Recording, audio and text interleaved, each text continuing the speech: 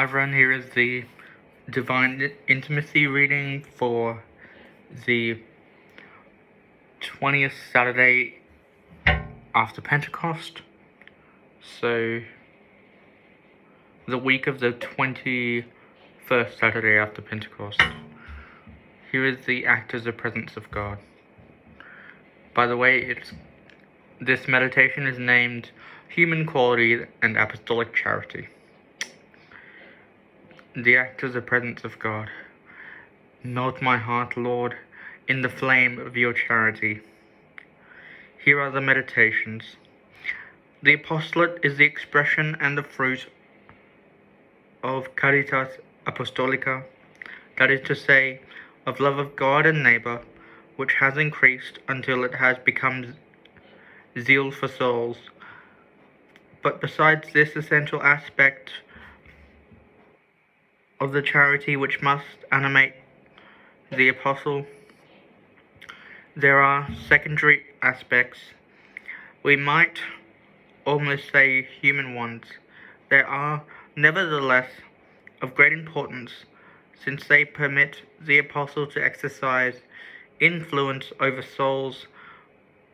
We here speak of such qualities as affability, thoughtfulness, courtesy, sociability, sincerity, understanding, which, although human gifts in themselves, acquire supernatural value when elevated by grace and placed at the service of the apostolate.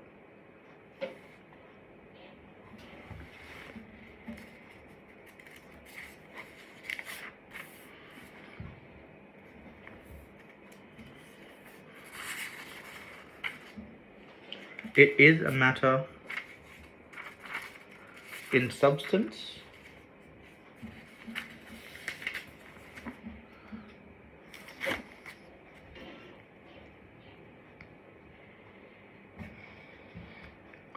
of those qualities which St. Paul attributes to love.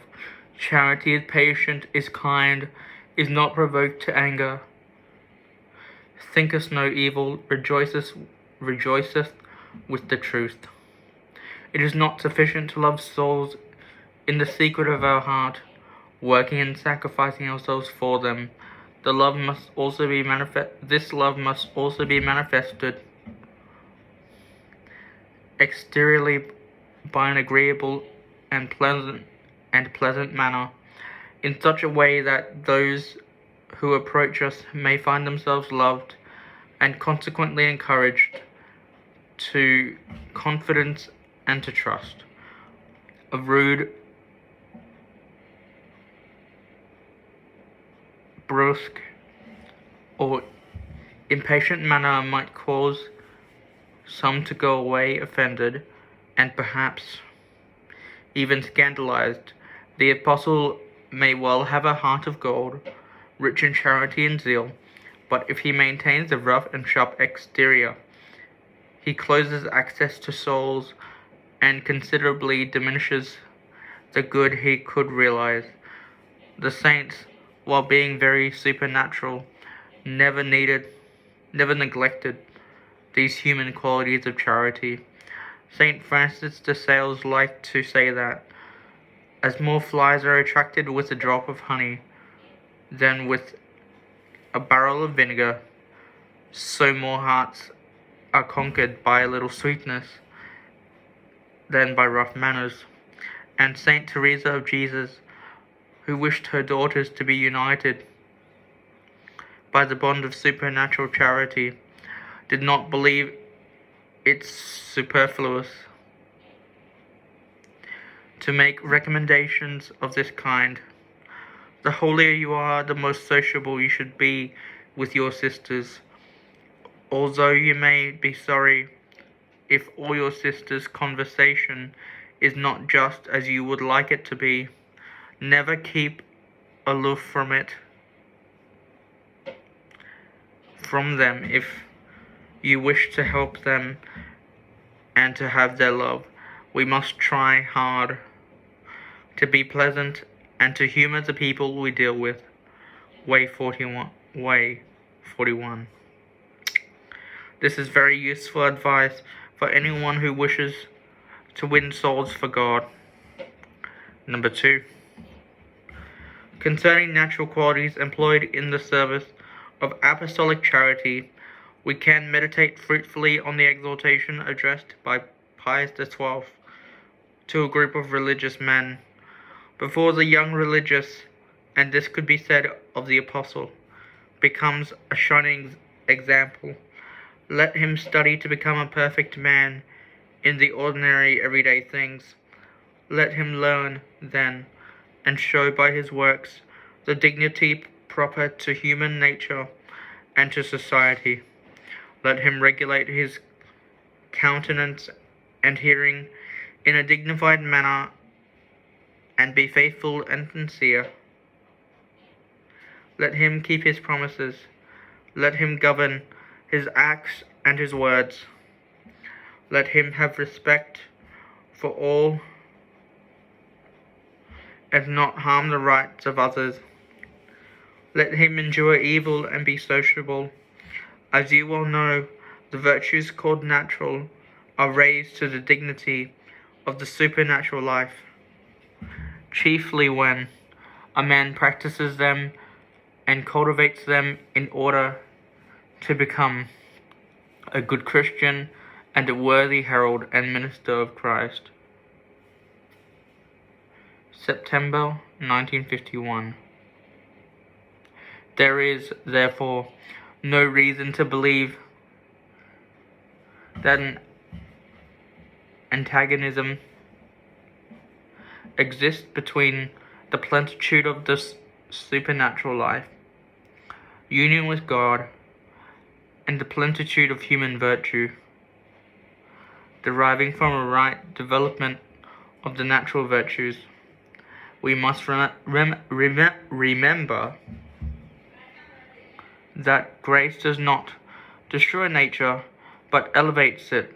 The struggle against nature, making way for grace, tends to mortify and to destroy only what is defective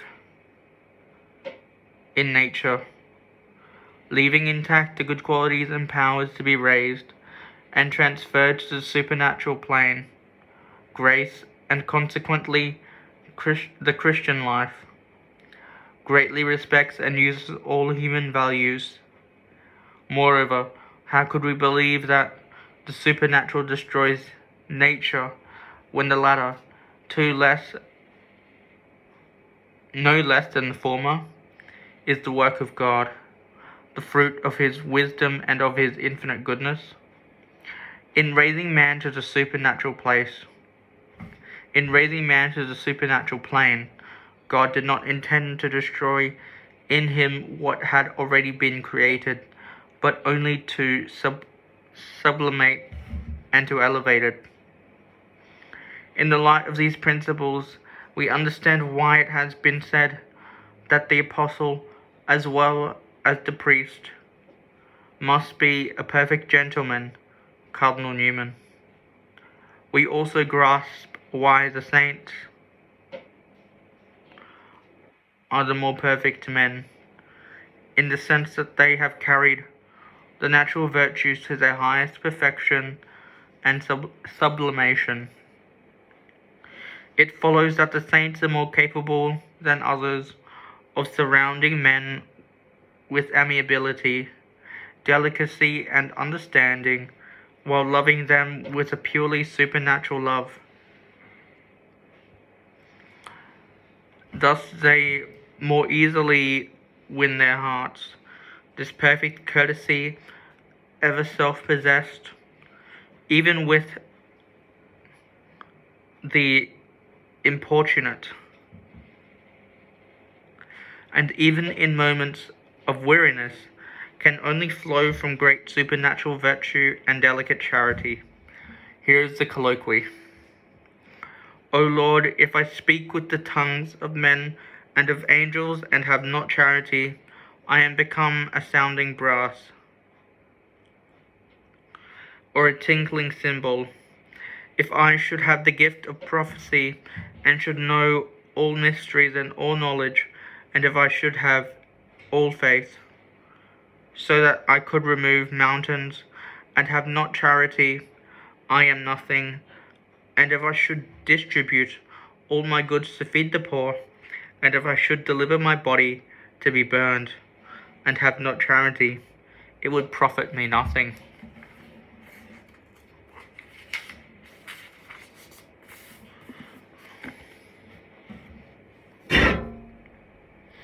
Grant me charity, then, O my God. For charity is patient, is kind, charity envieth not, dealeth not perversely, is not puffed up, is not ambitious, seeketh not her own, is not provoked to anger, thinketh no evil, rejoiceth not in iniquity, but rejoiceth with the truth. Heareth all things, believeth all things, hopeth all things, endureth all things. 1 Corinthians 13, 1-7. Grant, O Lord, that in consecrating myself to your service, my tenderness toward my neighbor may not diminish, but may grow in my heart, and may become ever more pure, more supernatural. Teach me to love tenderly all who draw near to me. Make me gentle, affable, agreeable, not to attract to myself the affection of creatures, but to conquer their hearts for you. O Jesus, if the apostle should be a copy of you, not only in broad lines, but even in details, how shall I be such, if I do not try to imitate the gentleness of your heart? O Jesus, meek and humble of heart, make my heart like unto yours. Thank you for listening. To support me further, please like, share, subscribe, comment, and God bless. Thank you.